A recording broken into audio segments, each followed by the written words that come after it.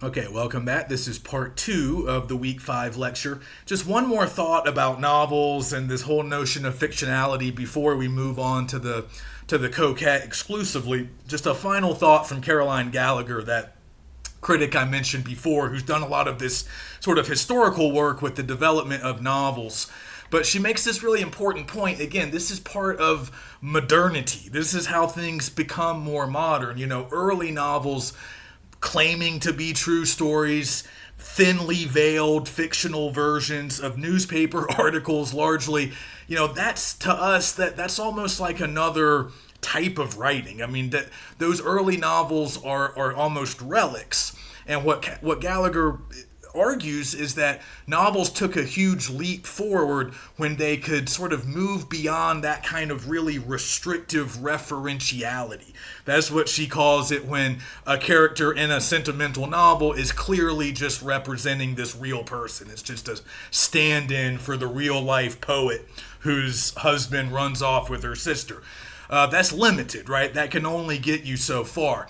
But Gallagher says once novels can kind of break free from that, and again, Charlotte Temple's kind of an example that she uses, because again, Charlotte wasn't presented as an actual real person. She was a representation of a whole group of people. In this case, young, impressionable women who were potentially, going to be victimized by rakes. So, because of that, novels took on a greater power, because now the representational abilities are actually much expanded. They're much bigger, and they can do more. They can deliver bigger meanings, because it's not confined to just one person, one scandal, one set of real life events. Instead, a character like Charlotte, and I would argue Eliza too, even though she is based on a real person, but these characters can represent larger classes of people, larger types of people, which again allows novels to speak more to sort of larger truths.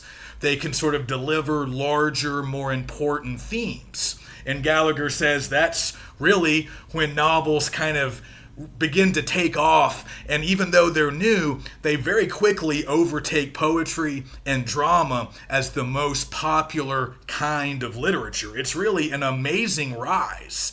In less than a century, or roughly a century, you could probably say, maybe a little more than a century, but between the early 1700s and the early 1800s, the amount of ground that novels make up is quite remarkable. And certainly by the middle of the 19th century, the middle of the 1800s, novels are king. Novels are at the top. And I think you could argue that even today, novels remain the most popular form of literature, at least in the English-speaking world.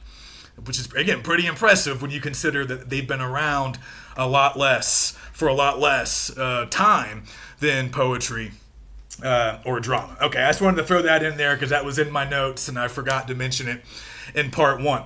Okay, so let's move to the coquette. I've already kind of introduced it a little bit. Published in 1797, first published anonymously. And that's kind of important to keep in mind. Foster did not attach her name to it initially. In fact, her name would not be associated with the novel for quite some time. So the book first appeared anonymously as written by, quote, a lady of Massachusetts. And it was not until, so I guess, yeah, she is from Massachusetts originally, but the book is set in Connecticut. And her name would not appear on the book until 1866, some number of years after she died. So that helps to maybe account for the fact that she wasn't as well known as Susanna Rowson, even though she was arguably a more accomplished novelist. But again, she's following in these sentimental and epistolary novel traditions that had already been established by the likes of Samuel Richardson, because Pamela, that early example of the sentimental novel that I mentioned before, is also an epistolary novel. So a lot of early sentimental books were. So she's following in some pretty well-trodden footsteps. But again, she's doing some interesting things with social commentary and gender roles. The plot would be very familiar to most readers, but there's some stuff beneath the surface that we need to be aware of. But again, Eliza, in many ways, is a very typical sentimental novel heroine or protagonist.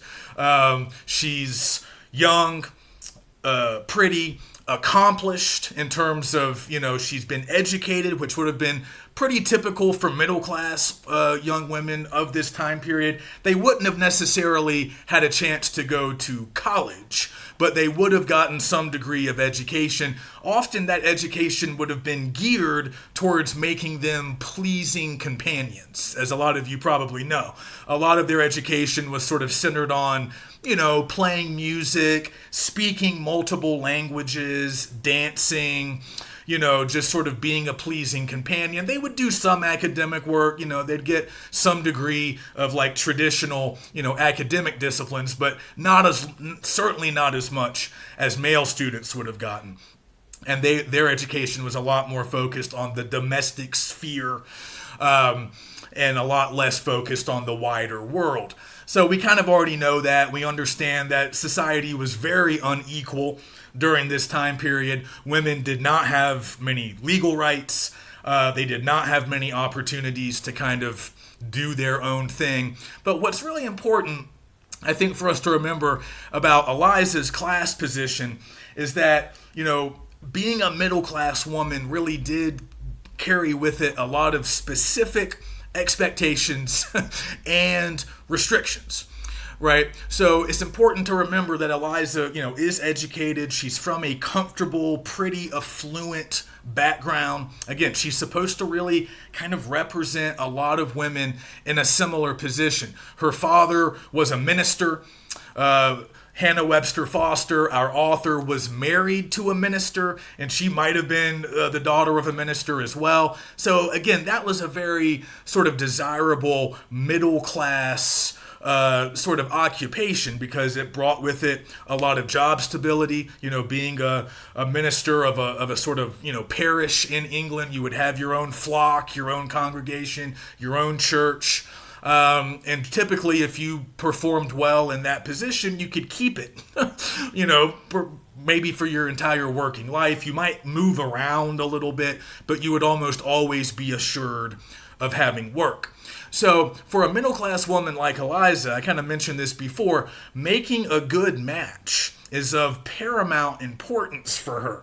And we see that. She's entering into this really critical juncture of her life. Now, she's already been engaged to this old guy. When the action of the novel really kicks into gear, she's already been engaged to a man, I think probably old enough to be her grandfather, but he dies before they have a chance to actually tie the knot. So she's on the market once again. So let's just think a little bit about her situation. She's a talented, attractive, sort of vivacious, outgoing person, obviously very likable, very well liked. People think pretty highly of her. But we know from the title, if you look up the word coquette, it's not a word we use very much anymore, but it simply refers to a flirtatious young woman. So she is accused by various characters of being a coquette. She is a bit flirtatious, but I think we have to really kind of keep in mind that, that term, that concept can be used in a negative way or a positive way. It can have negative connotations or good connotations. Certainly in her time period, with the strictures placed on women, the sort of narrow field of opportunities, being flirtatious to a certain extent maybe wasn't so bad. But Eliza's problem is people start to begin to think that she's too flirtatious, and she sort of crosses these boundaries of proper conduct. A lot of what she does will probably not strike us as terribly egregious, and certainly by our modern day standards, a lot of her conduct is really fine. I mean, for the most part, for a young woman who's single and, looking for a potential partner. But for the standards and values of the time, she crosses some of these lines, and we can talk about a little bit, we should explore those lines in a little bit more detail. But again, her mission is to find a suitable mate, to find a middle-class man to marry, a man that can provide stability, some degree of economic security and a good home. So she can manage the home and have children and sort of control that domestic sphere. Because that's what was intended for women like her. Middle-class women would not have been expected to work. They were not being trained to ever have a profession.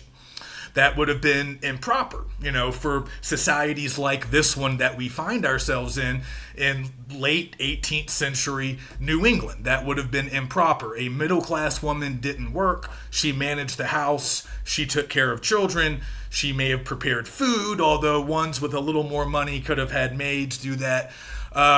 They managed the household while the husband obviously earns the living.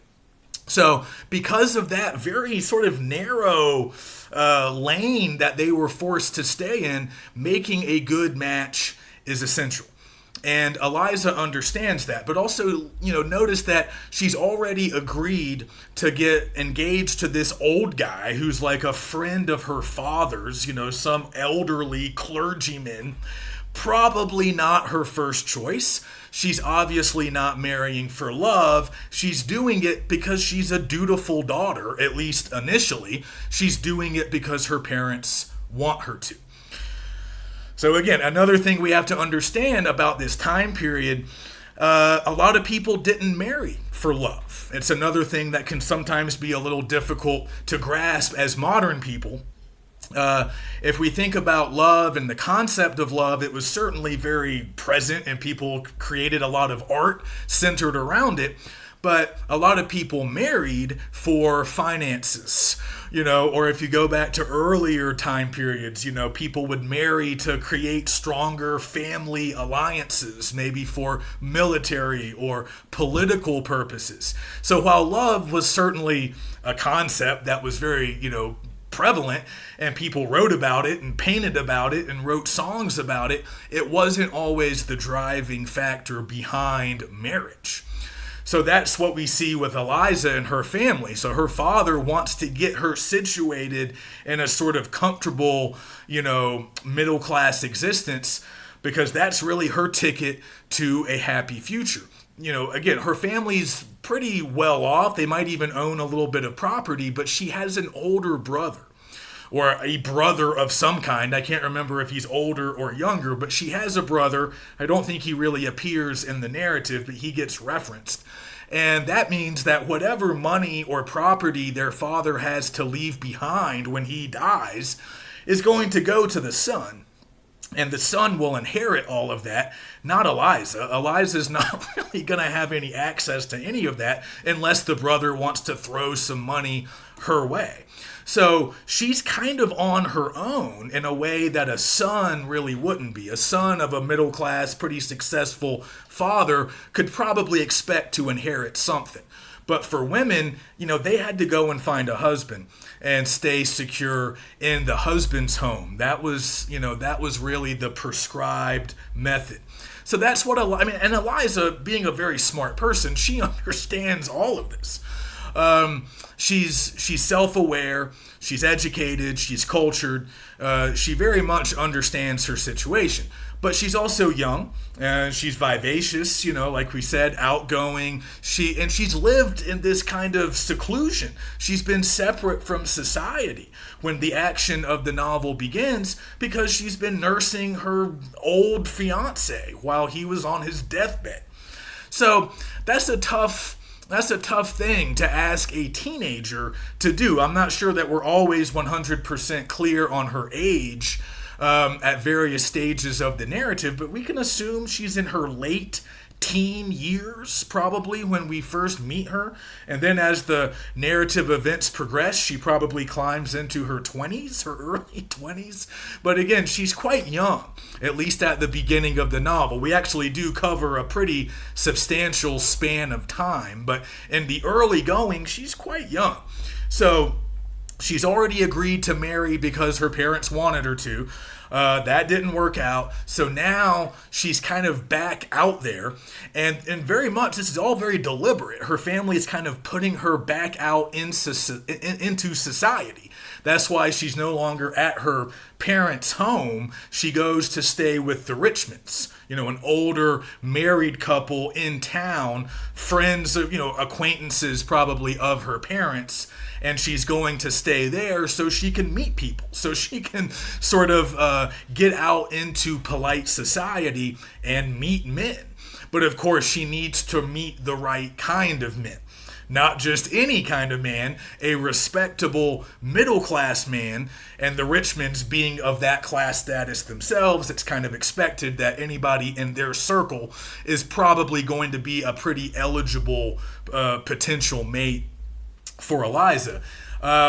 So that's the whole idea, right? That's the situation she finds herself in. So she knows what is expected of her, but at the same time, again, we can probably relate to this point in life when you're young and you're kind of free. It's almost like, first moving out of your parents' house. She was probably away at boarding school previously. That would have been common for a lot of women like her. So she's maybe been away from home before, but now she's out of school and she's out of the house. So she's really free, or more free, for the first time, or she's the most free that she's probably ever been. And undoubtedly somewhat relieved to no longer be on the hook to marry the old guy. So she wants to have fun, she wants to meet people. But again, we need to understand that she's not doing anything that would probably qualify for us as super reckless or out of bounds. I mean, she might be drinking a little bit, she's dancing, she's going to shows. But the problem, of course, is that she makes the acquaintance of Major Sanford, who is our resident rake. He's a very familiar character type in sentimental novels. So like I was saying, Eliza is kind of a classic sentimental novel heroine, especially if we're thinking of a seduction tale, but I would argue she's a little bit smarter than most of those other protagonists, whereas Sanford is very typical. Suave, good-looking, cultured, educated, but dissolute. He likes to drink, he likes to stay out late, he chases women, he spends a lot of money. And like Eliza, he likes the finer things in life. He likes nice possessions, he likes to go to shows, he likes to dance, things that, in our modern society are not always frowned upon. Again, it kind of depends on a person's age, a person's situation in life. Typically with young single people, we kind of accept that they are going to mingle and socialize and have fun and perhaps consume alcohol. That's fairly common. And, try to find the company of the opposite sex, or maybe the same sex. But that's the kind of stuff that today is typical. Back then, different standards, maybe some more religious strictures. And one of Eliza's biggest crimes is spending time alone with Sanford. We should understand that that's pretty much the extent of her misconduct as we would probably define it. As they defined it back then. We would probably not necessarily think spending time alone with a potential mate would be a bad thing. But that was frowned upon back then. For a young woman to be unchaperoned in the company of a young man was kind of right on that line, perhaps over the line, as far as being improper.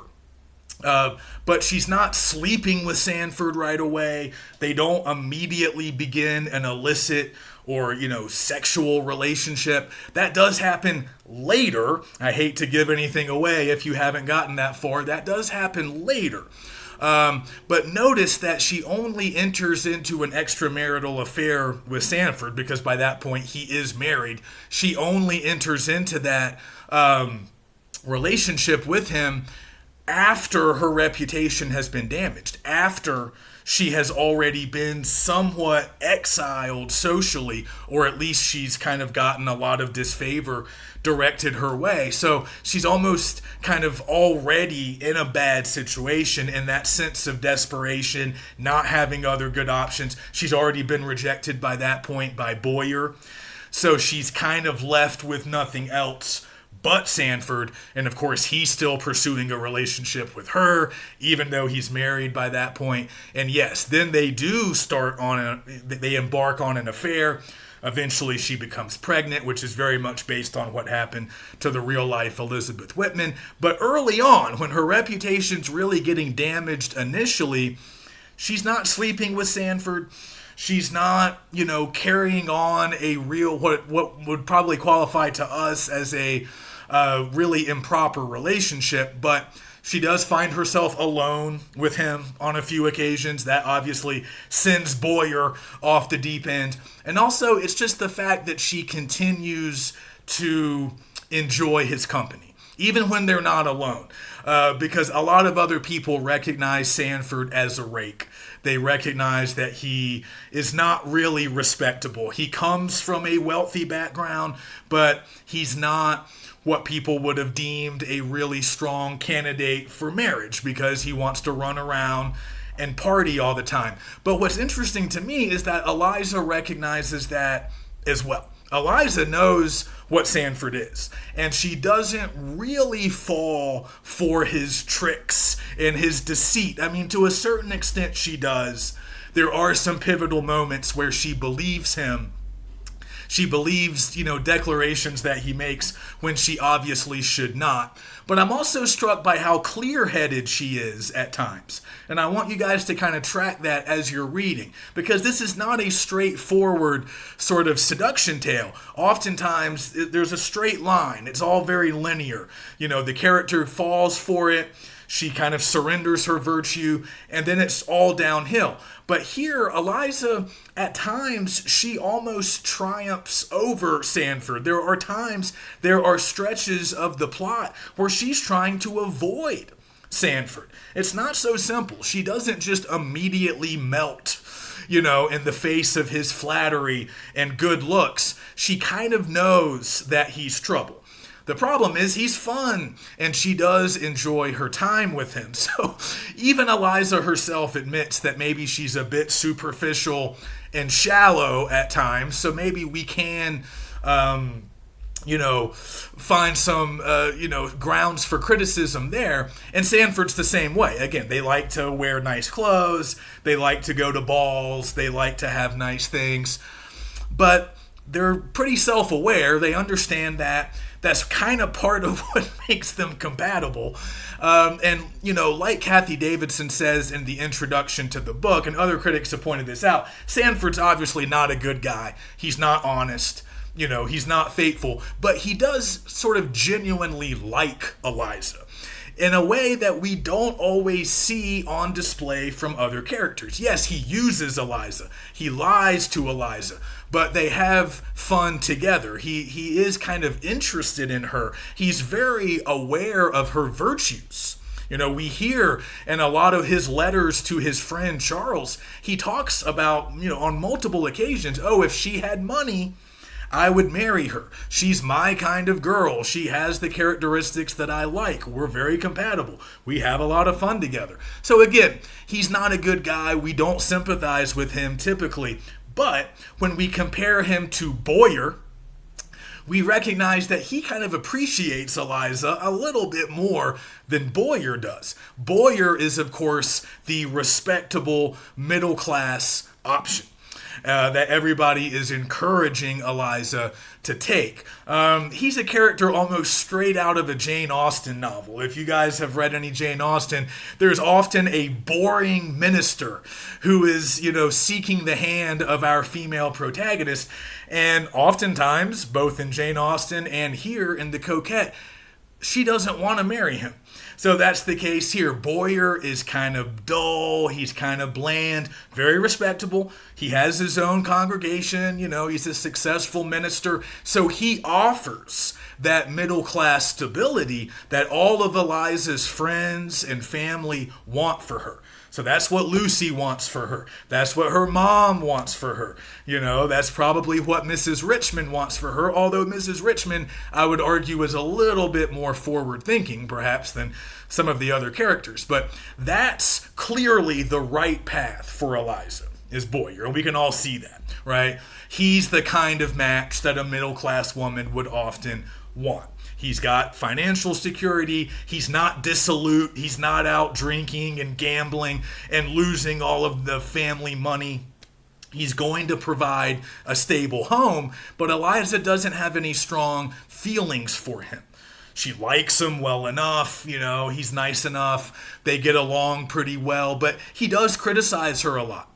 He does find fault with her love of fine things. He thinks that she takes too much she spends too much time on her appearance. He does think that she's too coquettish at times, too flirtatious. So those are her two main options. Boyer, who's stable but maybe kind of dull, and then Sanford, who's fun, but obviously he's not offering stability, and he never even really talks about marriage all that seriously. And again, Eliza definitely notices that. She's very aware that this guy just wants to have a good time, whereas Boyer offers a lot more long-term stability. But again, a lot of our sympathy for Eliza might come from the fact that she doesn't have more options. It's like you have to pick one of these men who are present in this relatively small social circle. You have to pick somebody, and you have to do it pretty quickly. The window was fairly small for women back then, because people didn't live as long, and it would have been fairly rare, somewhat of a red flag for a woman like Eliza, who's attractive and accomplished. She can sing and play the piano. It would have been sort of strange for a woman like her to still be single in her mid to late 20s. Now, in our contemporary society, that's not strange at all. I think a lot of people agree that's probably pretty good for a lot of people to still be single at that point. But back then, the woman would be sort of approaching old maid territory, to use kind of a derogatory term. So she has to kind of do this quickly while she's young, while a lot of men, are going to be interested. And again, men wanted relatively young wives. They wanted them to be able to bear many children, not just maybe 2 or 3, but chances are more. Not all of those children were going to survive, their infancy. So you kind of had to have a lot. And it was hard work, even in a comfortable middle-class household. So you needed to be young, strong, full of energy in the eyes of a lot of men. And Boyer is very much sizing her up as a prospective wife. He's kind of creating a checklist. Here are the qualities that I like. Here are the qualities that I don't like. These are the things that she's going to need to change if we're going to make this work. So again, a lot of these factors, a lot of these decisions are kind of beyond Eliza's control. Again, notice even with, Sanford, she often enjoys his company, but there are times where she is trying to avoid him. But he's always putting himself in her path, because he has total freedom of movement. He can come and go as he wants. He lives alone, undoubtedly with servants, but he can do whatever he wants. He's a young, still relatively wealthy, or at least, he has that sort of appearance of wealth, young man. So we all know about the double standards that probably still exist today when it comes to like sexual politics concerning men and women, but that's very much on display here. He has a degree of freedom that Eliza can never hope for. And because of his freedom, he can sort of figure out where Eliza's going to go, and then he just sort of shows up there. Hey, fancy meeting you here. Let's go for a horseback ride. Let's hang out, whatever. And, again, they're not doing anything illicit on those occasions, but Eliza, she understands how it looks. She understands that people are going to view this as an impropriety. And she's a little self-conscious about it at times. She's, a little bit reluctant at times. But sometimes she agrees anyway. And then on other occasions, she does seem to make maybe poor decisions just based on what she knows people are already saying about her. She knows that people don't really approve of her hanging out with Sanford, but she does it anyway. But remember, later on, Sanford's married. She can kind of justify it by saying, well, he's married, I'm friends with his wife, but of course his deceit continues. But again, there's a lot of interesting subject matter to consider here. I really want you guys to read the introduction to this edition. I hope you got the edition that I ordered. The intro is written by Kathy Davidson. She's a really good scholar, done a lot of work with this book in particular. So she talks about how, we have a whole range of subjects covered here. Friendship, obviously marriage, economic status, social status, and clearly gender roles. But Davidson really reads the book as sort of an expose of the injustices of a patriarchal society, a very restrictive patriarchal society like we see in the book. This is a kind of culture that really, places opportunities for women in this very limited domestic sphere, according to Davidson. So again, just very limited options. You can't go out and have a career. You can't make a lot of choices for yourself. You can't really live for yourself. That's a really important thing to keep in mind, because that's kind of what Eliza wants, right? She wants that degree of freedom. She wants to make choices based on what she wants at that moment, not necessarily on what society deems appropriate or what her friends want, etc. So again, women are confined within this domestic sphere, whereas men, they can just sort of operate in many different spheres.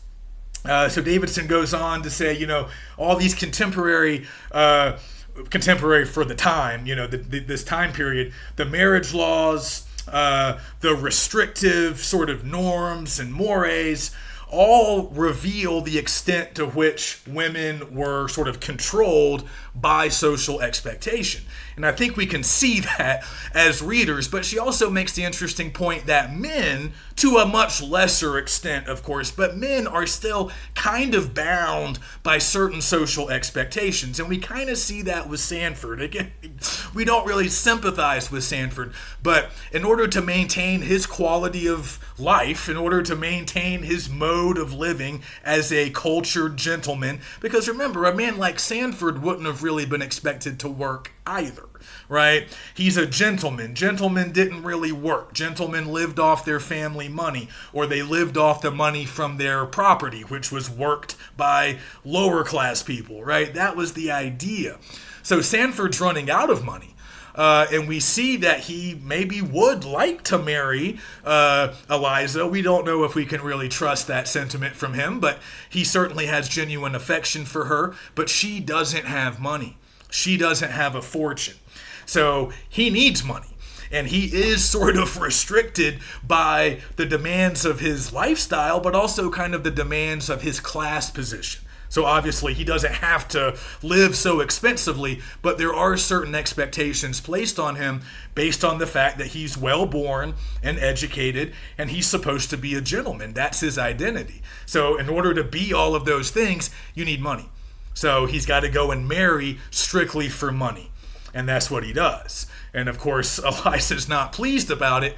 And he does kind of lure her back in after he gets married, even though initially she's pretty chilly towards him. But that's important to keep in mind too. Men and women are kind of bound by these rules, but obviously the rules are much more restrictive for women.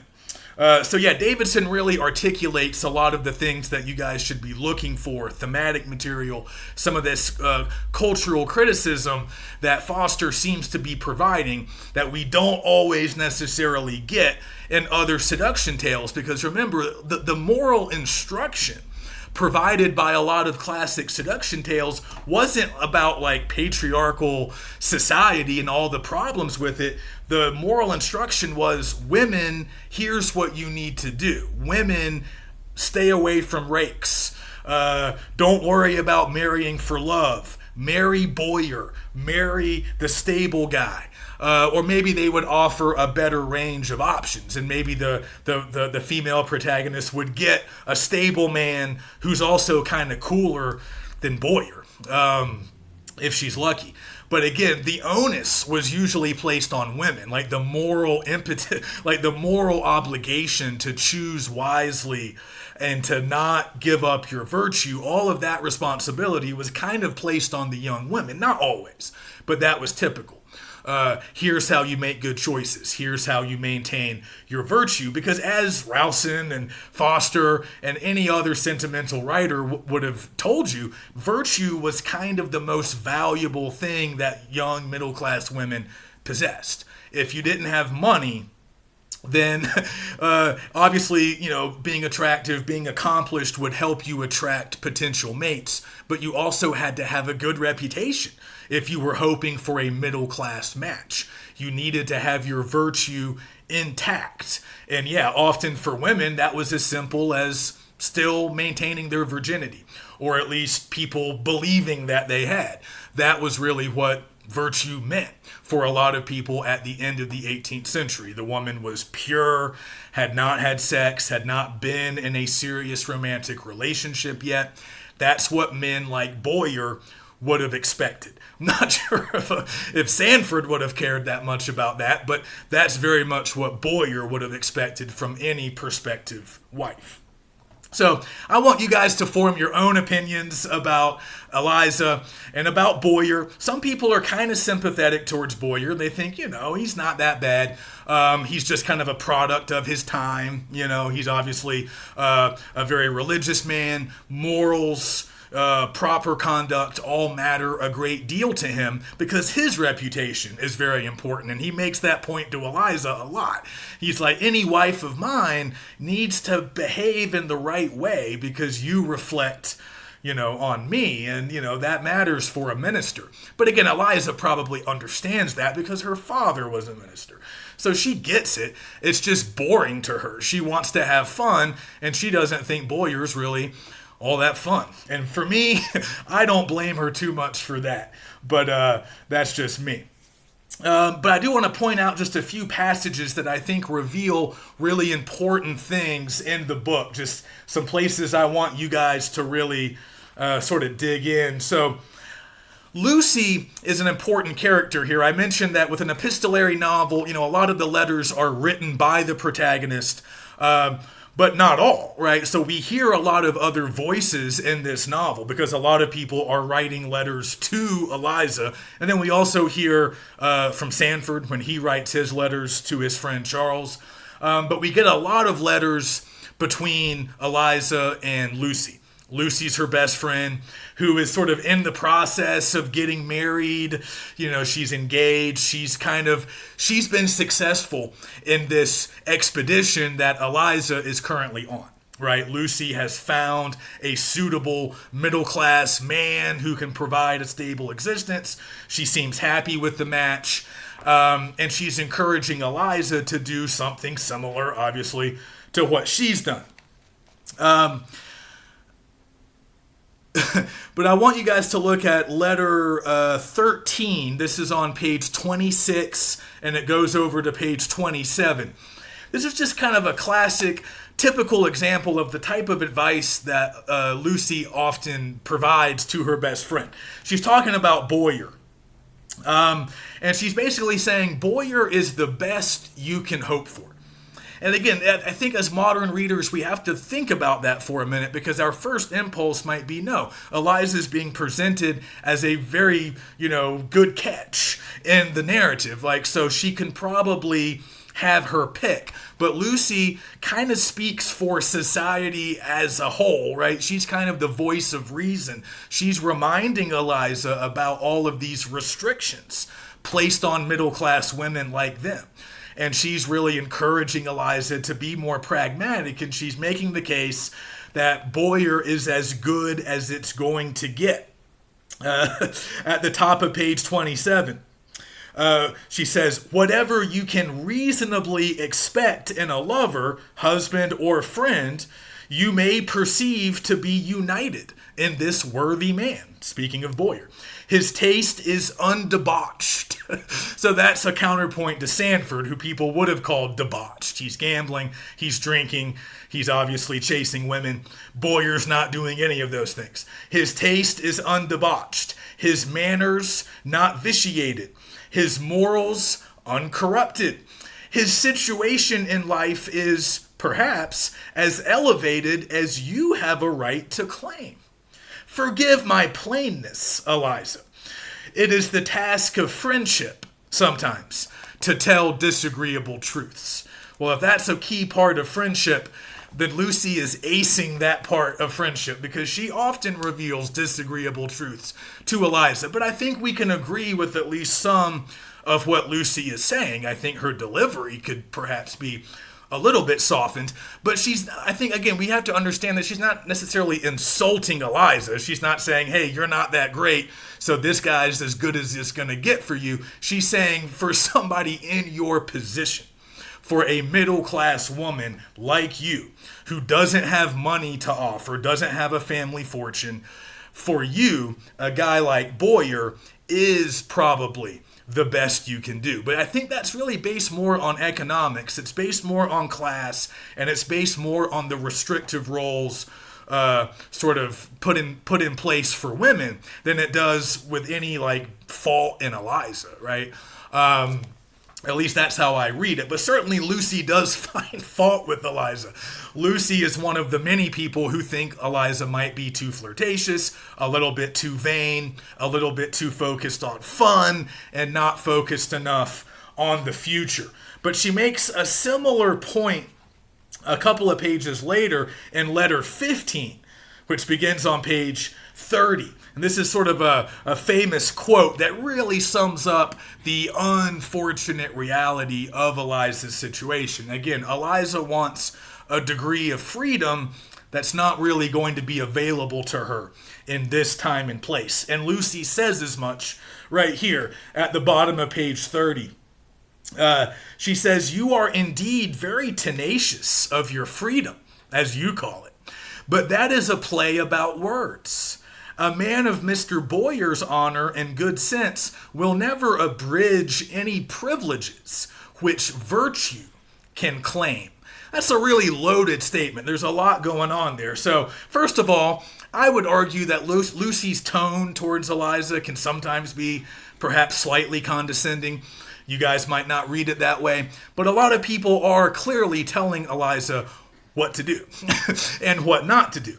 But you might think, hey, this is good advice from Lucy. Again, it is probably in Eliza's best interest, in her best financial interest, and in her best interest in terms of her social reputation to pick Boyer. And we kind of know that's true because even Eliza eventually kind of realizes that. And let's not overlook, again, if you're not this far, I'm sorry to give it away, but just look for this and notice this. She eventually decides to accept Boyer's proposal. It takes her a long time. She strings him along, and maybe she is at fault for that to a certain degree. She's a little bit indecisive, but ultimately she does decide to marry Boyer.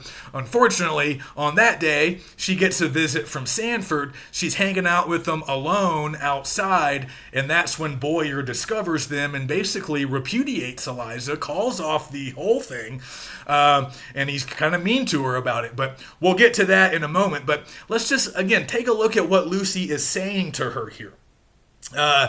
You're very tenacious of your freedom, as you call it. So Lucy's almost like debating whether or not Eliza even understands really what freedom is, or at least what freedom is for women at this time. And she says, it's just a play about words. You're just playing with words. All your talk about freedom is frivolous. It doesn't really mean anything. And again, she goes back to that same point she was making before. A man of Mr. Boyer's honor and good sense will never abridge. Think about that word. Abridge is to shorten or to sort of, cancel out perhaps. Will never abridge any privileges which virtue can claim.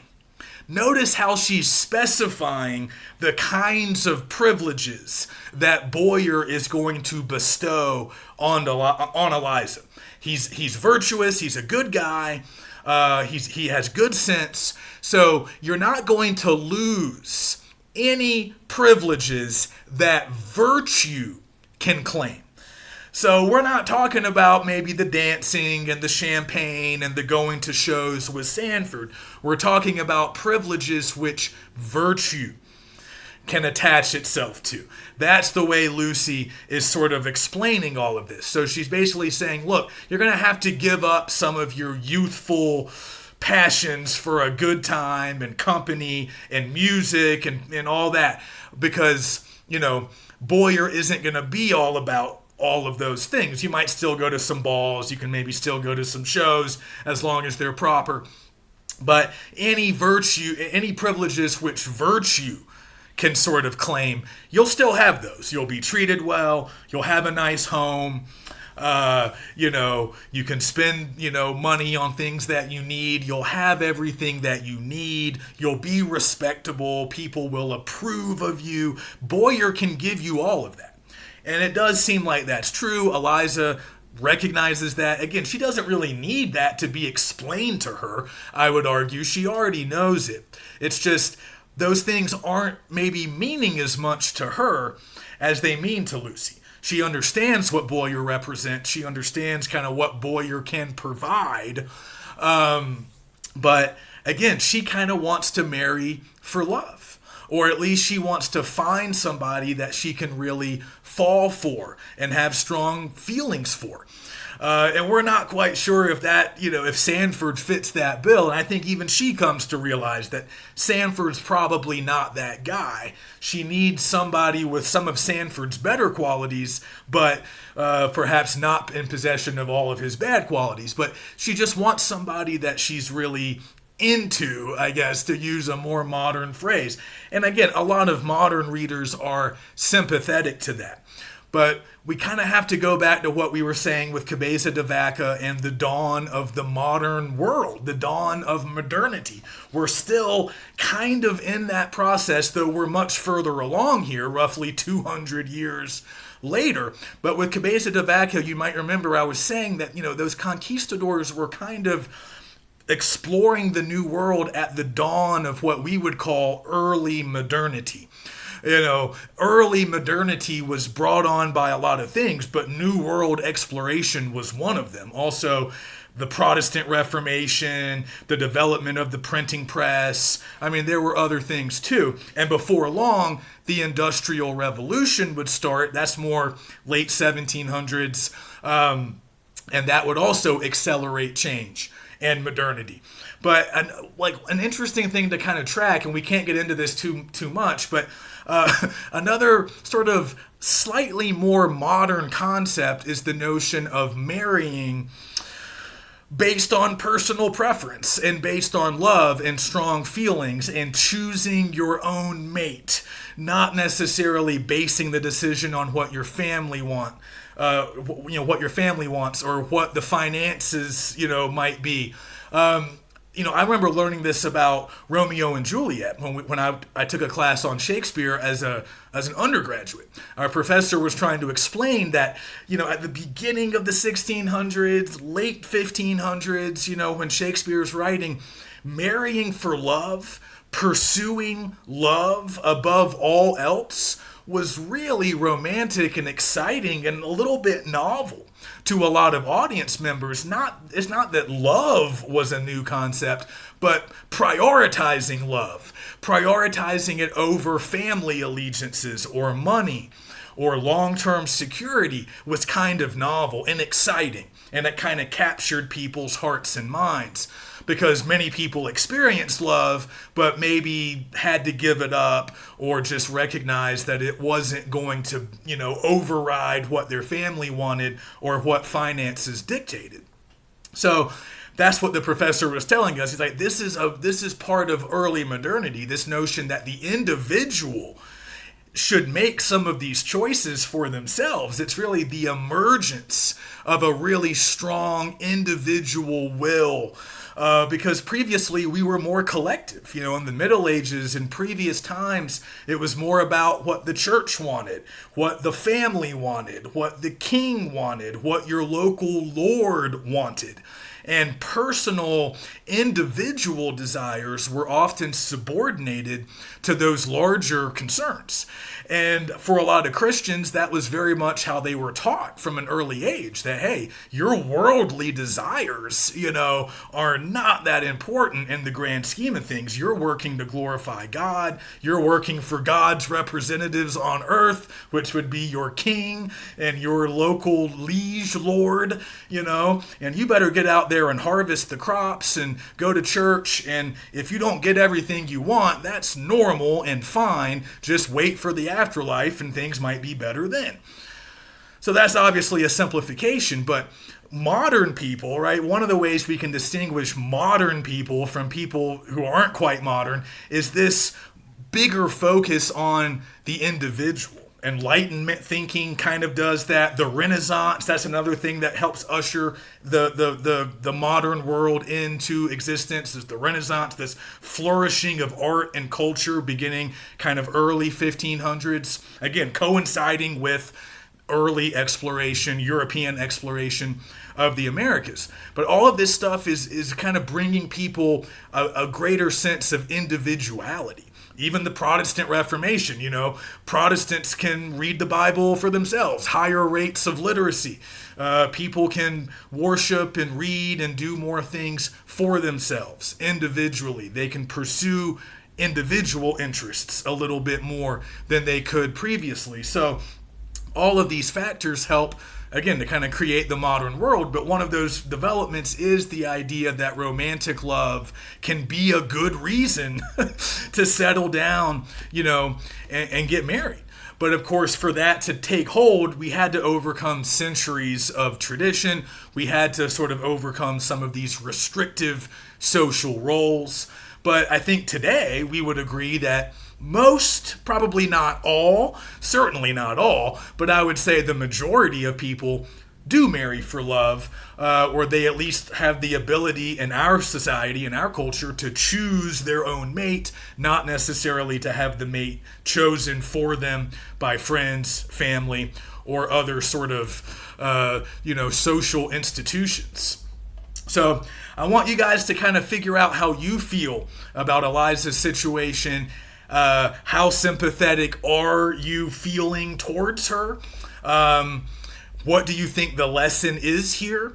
Do you agree with Davidson that we have a pretty clear criticism of the patriarchy here?